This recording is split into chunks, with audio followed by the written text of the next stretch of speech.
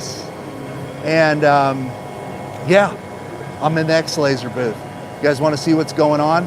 I've been here for the last couple days, checking out everything that Accelaser has, the updates, watching it work with Lightburn, checking everything out. It's been amazing. I know it's not the best time to go live, but this is the time I got. So if you didn't get a chance to jump on the live stream, then you know, you can watch it later. But I figured I'd show you around the booth, show you what's going on, and we can get some live shots of the Accelaser flying 3D Galvo. What's up, Cuban? He's definitely, you're always online, man. You're always online. But yeah, we've been doing, oh, there's Rainey in the back. We're gonna go talk to her in a second.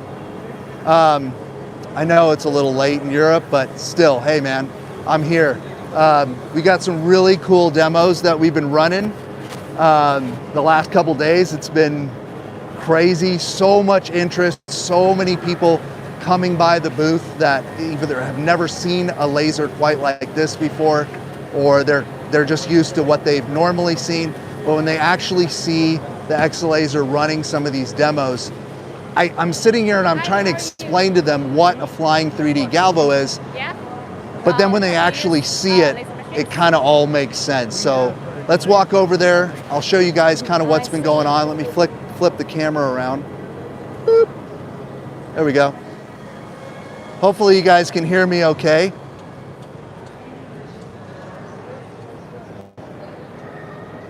Man, what a beauty, beauty, beauty this thing is.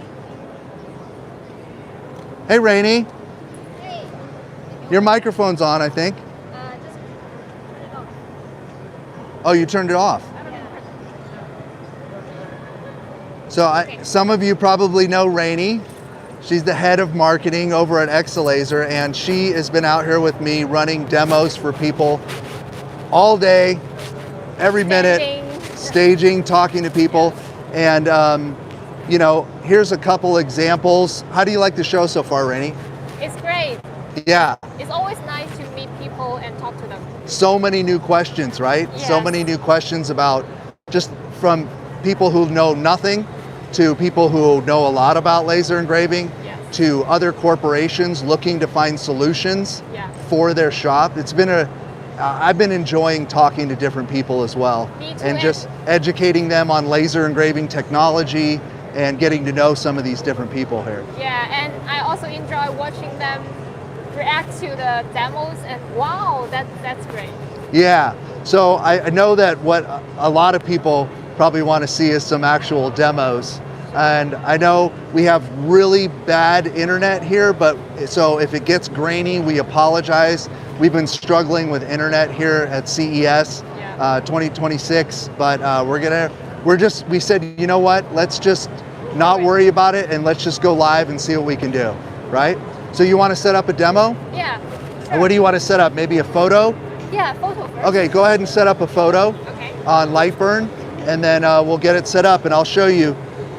Oh, you have good internet, I think. How many people? Yeah, we've got about 25 people in here right now, which is awesome, you guys. Thanks for joining us. But they're saying they can hear us and that the internet looks good. So let's just roll with it. Let's just roll. I'll let Rainey set it up, but let's just roll with it as long as we can.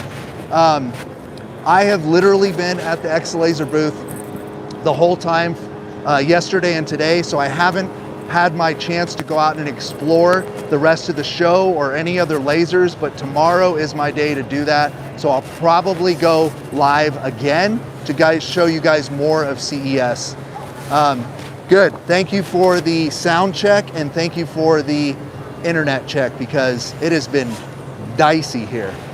So she's gonna set up some scratch paper, and we're gonna do some cool photos of some of our past presidents. And what you're gonna see on the flying 3D Galvo, if you don't know what the Accelaser is you're gonna see it laying down some serious speeds engraving these photos, and it's gonna be engraving about 20 millimeter width at a time, which is super, super impressive to watch, and something that you're just not gonna see on any other machines. Those of you that have followed my channel for a while, you know that I've been a fan of the Accelaser since it first came out. So much that I went all the way out to China to go see it firsthand because I was so excited about it, and I'm still excited about it today. And even more so, the reason I'm here is because I wanted to see, just like everybody else who's a backer, what kind of updates they've made to the machine, and is it working with light burn? You know, how is the fume extraction being handled? You know, what are some of the refinements that they've been making? And I have not been disappointed at all. It's been great. So they've got some really cool demos. Let me flip this back around. They got some of the standard stuff that they brought with to the show. One of the ones I really like showing off to people is this paper. Yeah. You might want to check this out first. Okay, we'll look at this in a second. We'll come back to the paper mask. So here we go. Are we doing Lincoln? Yes. Okay, so right now we're doing a photograph of President Lincoln. And it is laying down about 20 millimeters width at a time.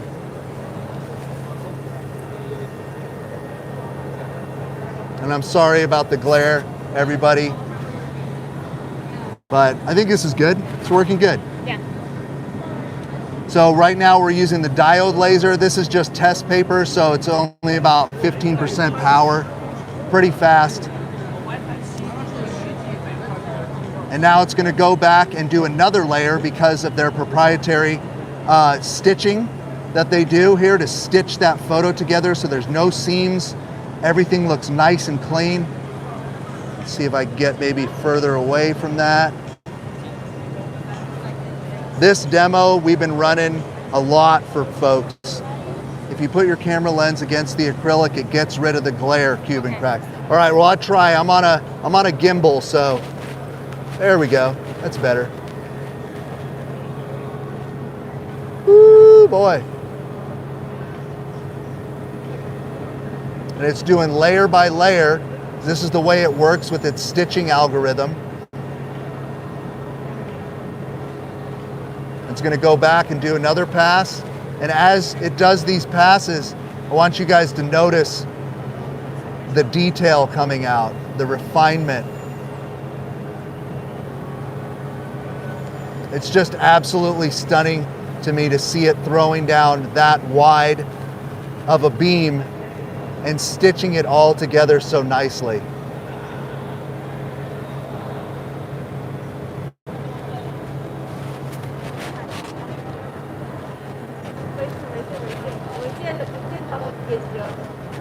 So awesome to see this. Ooh-wee. Yeah. It's going to do that last little strip. There we go. You want to pull that out, Rainey? Yes. We can show everybody. Yes, correct. Bacon Astronaut, that is a flying 3D Galvo mounted on a gantry.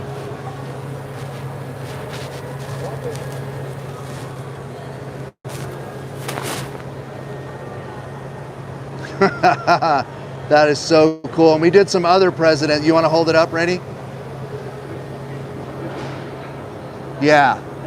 So I don't know what the total runtime on that was. It was like four minutes, something like that. I think less than 4 minutes. Yeah, less than 4 minutes. We also did all these guys yesterday. Check this out, guys. We ran a bunch of them, but they really came out nice. These are actually the stippling, just to clarify, was not done by the Accelaser. That's how the graphics were that I actually supplied to them to get loaded in. Let me go back here. So we've been running that demo all day. It seems to really get a lot of people interested, mostly when they see how much laser, I know I'm speaking in broad terms, but how much laser it's throwing down at one time. Yeah. And that's one of the things that really excites me about getting it in my shop, is because I know from a production standpoint how much output that's going to help me out in a real laser engraving situation. being able to churn out photos that size quickly and efficiently, or doing cups. So I'm gonna go show them some of the curved surfaces real quick. So I'm gonna show you guys, what I'm gonna show you next is just kind of, I know a lot of you know some of the features of the Accelaser already, but I wanna talk a little bit about its LiDAR feature. So it's got LiDAR built into the head, which is a very, very complex piece of equipment there. So it's got dual cameras. You've got a close camera, and of course you've got your overhead camera. You've got the flying 3D Galvo with motion control here. So, you know, that all moves independently of this. So this can focus on the fly, right? I want you to remember that. This can focus on the fly. And where's the LiDAR sensor? Is it also in here as well, or is it in a different spot? It's way underneath here. Yeah. So the LiDAR's in here. And what the LiDAR is gonna help you with is you're gonna be able to go over here and put things like this in your laser bed. Go ahead and lay it down in the bed. Okay. Yeah. So I'm just kind of simulating how you would do this. So you'd get this, lay this in the bed, drop your Z-axis. The head's gonna come over and use its LiDAR to map out the curves of this object right here. So it knows where to focus the Galvo as it's passing over and going shallower or higher, which I think is great. I know there's some other machines out there that do curved surfaces, but they're not using LiDAR. They're using a completely different method, and this LiDAR mapping system is way more efficient than anything that I've seen out there so far. Someone asked a question. They wanted to know what is the with the base boost, which we'll talk about. There's another attachment that you can get to get the riser base. With that riser base, what's the tallest object you can put in there? 480. So to answer your question, the tallest object that you can put in the Accelaser with the riser base is 180 millimeters tall, which is not too shabby. When you have the riser base, right now, Arturo, the bullfighter, is asking how much does the equipment cost? Right now, you can purchase this on their website, and it's the Pro, right? The Pro is $3,800, and you're going to get a 20-watt fiber laser and a 55-watt diode. If you want to go big boy style, and you need more power, you can also get it in the 80-watt diode or the 60-watt MOPA, right? Which is a lot more power, but you still get all the functionality, and that one's going for, I think, like $8,000. I don't want to get too caught in. I mean, the price is important, but I want to finish what we were talking about here.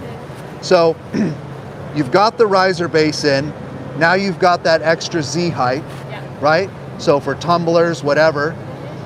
You've got the motion controlled Z bed, right? It's not a fixed, it's motorized. It's motorized. Yeah. So you've got once you put the riser base in, that's a motorized Z axis. I just want to make that clear. And it's also synchronized with the machine as well. And the Z axis can raise and lower on the fly to help you work with curved surface objects. And it does have the pass-through capability as well. So once you have the once you have the riser base on, you can get the conveyor feeder and feed larger sheets of material up to 3 meters, right? So I hope that answers a question about the height, the riser base, and the Z-axis, and the LiDAR. So here's some other cool things that were done using the LiDAR mapping. So they 3D printed this Viper and then laid that in there and used the LiDAR to map out all these different height variables and then print the pattern of the snake onto the 3D printed item, which is pretty cool. A little bit more minimal height mapping. I think you guys have seen this done in a prior video before. Yeah. Not as extreme as the snake. We've got some other demos here. They've got the cutting demos here. So this was actually cut out of many layers of wood and then stacked together. Yes. I guess we should talk about the cutting feature. Where's the cutting nozzle? It's here. Okay, cool. So let me flip it back to me, guys. So I've talked about this before, but the way that the Accelaser handles cutting is very cool. I think very machine shop CNC-esque. Yeah. So it's got a cutting nozzle that is not on it when you're doing engraving, and it lives in the machine back here in the corner.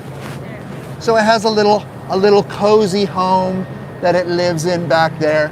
And when the machine is required to cut, the head will come back, it will grab the nozzle, dock it automatically to the machine. And if you notice, it's got some nice cutouts for really directed air assist, which is great. Yes. So the air, I forget which one is the airflow input. I think it's that one right there. So the air comes in and it shoots very effectively down that nozzle. The beam comes out and then you're ready to start cutting. So you want to hold that up, Rainey?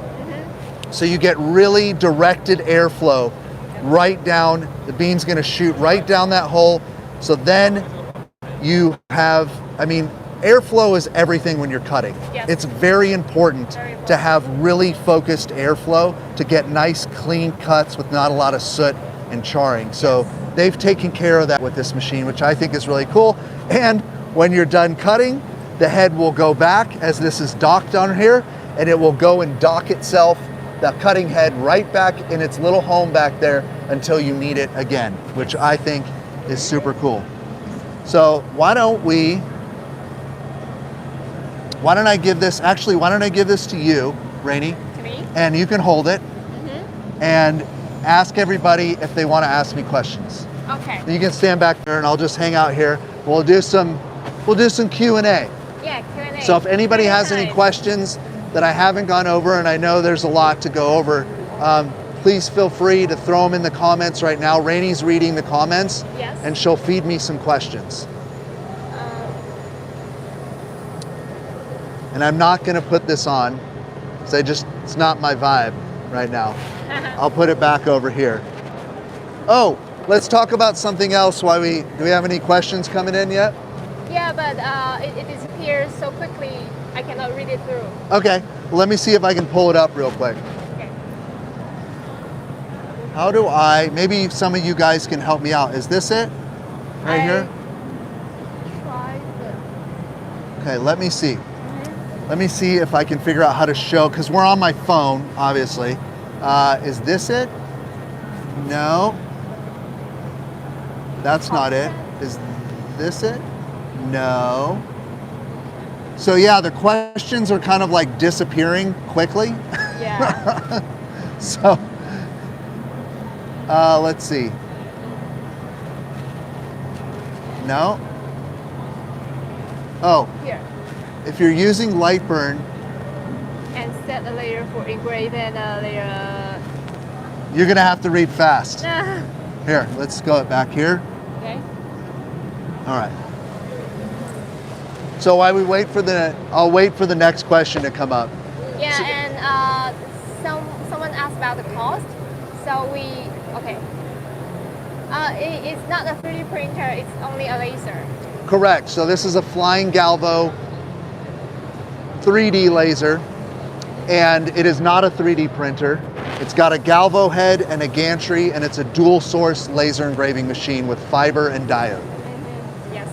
And I understood the question just now. So he's asking if I engrave for one layer and cut for the other layer, can the machine switch between cutting and engraving by itself? Absolutely. So yeah, you'll program that into Lightburn. You can program those steps into Lightburn, and if you have a cut path in there, it will go back when it's time to do the cut, grab the tool head, come back out, do the cut, put it back, and then go back and do more engraving if you wanted to do that.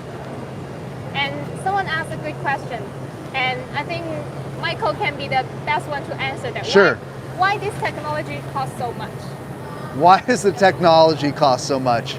So Actually, 3,800 for everything you see right here, I don't think is that much. One thing you might not know is that when I started my laser engraving business over a decade ago, my first fiber laser was $38,000. And that was for a 20-watt fiber laser, split laser style with a 4-inch by 4-inch working area, because that's how much the technology cost 10 years ago. So when I see a machine like this for $3,800 that has diode, a 20-watt fiber like I started my business with, it actually really isn't as much as you think it is. It just seems like that nowadays. But if you look historically at the cost of something like this, and there hasn't been anything like this, it has dropped so dramatically, it's kind of mind-blowing, to be honest. I'll wait for the next question. Yeah.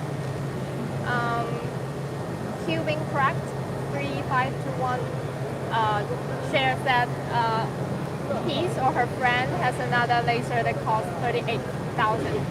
Yeah, there's a lot of machines. The price of laser sources has gone down dramatically. There used to only be one company that offered fiber laser sources back when I started, and that was IPG Photonics. They're still around today and they still make great laser sources, but they were their only game in town. And then eventually new players started coming on the market like Rakis, Max, and then finally kind of the leader now is JPT, which Accelaser has partnered with, and they supply that laser source in all the Accelaser products. So, yep. Got another question for me? Yeah, a question about fourth axis, but not very specific question. So we have a rotary for the Accelaser HD1. Yeah, so there is a rotary attachment that you can get with the machine. But like I said, that's a great question, because I always do all my tumblers in my shop with a rotary. When I have the Accelaser HD1 in my shop now, I don't need to use the rotary to do the 20-ounce tumblers anymore. Come in a little closer. Remember earlier we talked about the LiDAR mapping? So I can literally 3D print a fixture that holds as many 20-ounce JDS tumblers as I can fit in this. Have the machine go and LiDAR map the curvature of each single tumbler so it knows where to stay in focus. And then I can run, what is it, up to 7? There's 5 or 6 tumblers at once. 5, yeah. 5 without using a rotary at all. And it will look as if I did the rotary, because remember, we can live 3D focus using the 3D Galvo head. Yeah, got it. Do you have another question? I hope that made sense to anyone watching. But yes, if you want to do full tumbler wraps, Accelaser does sell a rotary that you can use with it if you have to do full tumbler wraps. But for regular production work, like just doing logos on tumblers, which is what I get asked to do all the time, a logo, a name, a simple one-sided engraving on tumblers, this machine is going to kill it. It is absolutely going to 10x my output for doing tumbler engraving. So I keep talking about it because that's what I'm so excited about. You know, the pictures are great. Anything that I throw in here is probably going to 10x my output each day, which is huge for me because I do run a production shop, and time really matters to me, so we can free up the machines to get the next customer online. And that's where I see the real value. And I've said this in all my Accelaser videos, that is my favorite part about the machine. And I get to work on large format fiber laser stuff now. I've always been limited to whatever lens field I have, but now I can put a giant piece of metal in here and have the fiber laser engrave the whole. It's a 12-inch by 24-inch working area. So that's massive. Yeah. Yes, and we cannot emphasize more. Time is everything. It really is. Yeah, it really is. So and one thing I wanted to mention, if you guys don't know yet, they actually got a CES Innovation Award for the Accelaser, which is pretty impressive because they don't give those out to everyone. They saw enough value, enough ingenuity in this machine and enough advancement and unique properties of this machine that they were able to give them the award. So I just want to give you guys, Accelaser, a thumbs up for that, because that's a really nice accolade to have when you've worked so hard on putting this all together. It's been really cool watching everybody's eyes kind of light up when we've been running the demos on this machine, because it engraves so fast and so different from so many of the other laser engraving machines out there. Yeah, the speeds that this achieves when it's doing photos is actually on par with what my epilogues do back at the shop. And those are RF2 gantry lasers with AC servo motors that run about 4,800 millimeters 5G acceleration. They run really, really fast. This machine achieves those speeds, but just in a completely new way. So for anyone just joining us, if you're not still in here, we're at the CES show here in Las Vegas, and this is the Accelaser booth where they're showing off the HD1 and its capabilities, showing it running on Lightburn, answering fielding questions. It's been a great show so far. We've had a lot more visitors today than yesterday. It was a little bit slow, but today it was like at different times it was just packed. So any more questions that came up? Yeah, someone asked about the chiller and air compressor. Yeah, so there will be a chiller for the 55 watt, correct? Yes. For the diode laser to keep it stable. And also for the Pro. And also for the Pro, so there will be a chiller that it's running right now, but not for the fiber laser. It's mostly for the diode laser to keep it running really efficient.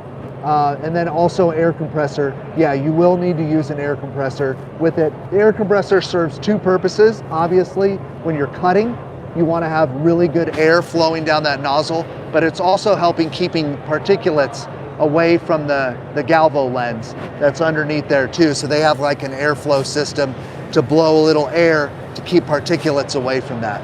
And then you'll also need a fume extractor, or you can vent direct outside if you have the ability to do that.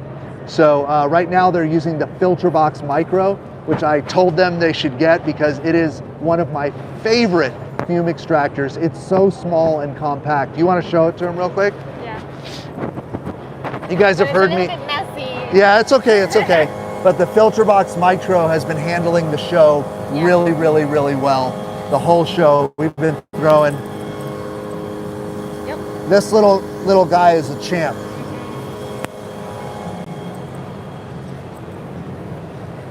We'll come back over here. We've been doing coasters all day. You want to set up a coaster? Yeah. Okay. Do that. So we'll do that. I'll take over here. Rainey's gonna. I got Brady here with me. We're live, dude. Hey, what's up, guys? I got Brady here with me. I'm surprised you're able to get live. Yeah, dude, we've been live for a while now. So awesome. Brady's here. Brady's been helping out at the booth. Awesome dude. This is my first time meeting him in person. He's been helping out at the booth, driving us around. Yeah. But say hi to everybody on guys. YouTube. Appreciate you guys. Yeah, Brady's great. So All the Brady, hobbies tell them about, you're one of the original backers. Yeah, so right? I was one of the original backers, jumped into it, been in X-Tool, been in all the other layers. It's just, obviously this came out and it's like, okay, this is a game changer. This is really cool. So jumped in. I live about 5 hours away up in Pleasant Grove, Utah. So when they said, hey, we need some help, I was like, hey, I'm down. Let me get this time off, and we're down here. So all the hobbies BAM in the Discord, if you guys see there. I've been trying to upload pictures all day and it just keeps failing. So we will have the stuff. I promise. We take a ton of videos. We're getting there. Yeah, so. Dude. I've got a short coming out later today, showing off some really cool features. So keep an eye on YouTube. I'll drop in a short here, but we're dropping this right now. I mean, this is about as live as it gets right now. So I was really impressed with the videos and things like that. I cannot tell you how awesome and how fast this thing is. It just flies. Yeah, well, they saw it a second ago. Did you guys do that? We did Abe, dude. Oh my gosh. Yeah, we did Abe. I could not believe it. And she's setting up a coaster right now, so. What they do is they have a timer right now that they're hitting the button when it starts, then hit it every 13 to 18 seconds every time. Right. It's just like, I think a lot of folks have seen the coaster, but it's always fun to watch it again. Yeah, just how fast it goes. Yeah. It's just like that. We're like, man, if that was in my fiber, my laser would take forever. So cool, man. Really excited. This show's so big. I mean, we've been at the booth, so we haven't had a chance to explore it, but like everywhere I go in the show, I want to stop at a booth and be like, what are you making? Yeah. Some robot. I've seen shower robots. My personal favorite right now is they've got a turtle. It's a sea turtle that cleans your pool, and it is like life size, and it swims around and looks at you. It was like, pool cleaners are dumb. Robotic sea turtle shaped pool cleaners. That's new in 2026. Yeah. So that was pretty cool. If it doesn't have AI in it, it's probably not at this show. So everything yeah, and then is AI, of course, is AI toasters, AI hair blowers, AI everything. So yeah, it's been crazy. Kind of a buzzword that I think is getting a little overused. Yeah. There's no AI in the Accelaser. No, it's just really honest to good, very, very good programming, and a really well built machine. Yeah, absolutely. I'm super impressed. Yeah, super impressed. They've been making really good leaps and bounds as far as moving the machine forward. Yeah. One of the things that just really just tells me, first of all, Innovation Award 2026 from CES. That tells you that when you say world first, it really has been verified as this is the world first. It's innovative. Yeah. Nothing like anybody. There's a lot of booths that say world first, and you're like, wait, I've seen that before. Like, and it's like, no, this is how we implemented it though, so it's first the way we did it. Yeah. Well, when you win an award for the innovation, that tells you it was the first one there. That's right. It's just been, and then having Lightburn on board that is building out. Yeah. All the custom. You ready? Yeah. All the custom stuff is just mind blowing. All right, so we're gonna do some coasters. All right, now let me see. Okay, so don't start it yet. So you guys can set your stopwatches. Yeah, why don't you, if you're watching, go ahead and set your, trying to get this as close as I can. Go ahead and set your stopwatches. Get your phones out, get your stopwatches ready. And what are we doing? What animal are we doing? Dog. Okay, we're gonna do this right here. Okay?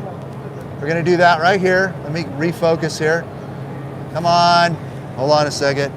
There, no. Stop. Okay, it wants me to back up. Okay, there we go. I think that's about as good as I can get. Yeah, it's about as good as I can get. I was closer a second ago. There we go. Yeah. Nope, there it went out of focus. It wants to be right here. I'm sorry, guys. It's hard to film through this screen. Okay, so you got your stopwatches out. I know there's a huge delay, but I will say go. Actually, Brady's got his hand on the timer. So there it is. How about we do that? Okay, coordinate with Brady. Okay. Watch the coaster. Ready? 3, 2, 1, go.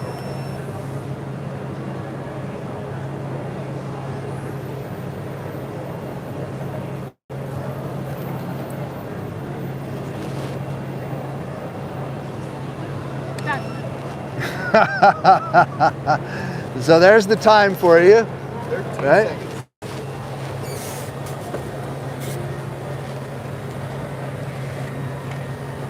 And we didn't register it perfect on there, but I hope that kind of gets the point across there and more of the capabilities of the Accelaser. And that's not like a super deep engraving. Obviously, it's just enough power to do the coasters. We have a lot of demos here to do. This is a deeper one that we did earlier. Did a few passes on that one. But yeah, it's been great. And we got I don't know if anybody's just joining and you haven't seen these yet. We did one of these live earlier. We've been doing demos of these, just showing how the stitching works and how the detailed engraving using the diode laser. So these are really fun to do. There's another piece of art here.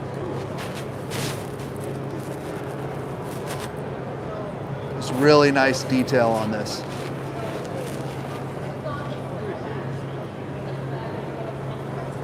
So I don't know if any of the other guys have any other questions, but we got some people that are kind of starting to come to the booth. We have to answer some more questions, so I think we're going to cut it short. You know, that was a pretty good demo, but if you wanted to know what it's like to be at the booth here at Accelaser at CES, those are the kind of demos we're doing. Those are the kind of things that we're talking about with people. And you basically just had the Accelaser CES booth experience but privately. So I want to thank everybody, you guys who came on, who joined, who commented, who asked questions. Thank you, and stay tuned for more content. And Thank you for joining. yeah, and we'll see you on the next one. I'll put links on where you can learn more about the Accelaser in the video, and we'll see you soon. I'll probably be going live tomorrow as well. See you guys. See you.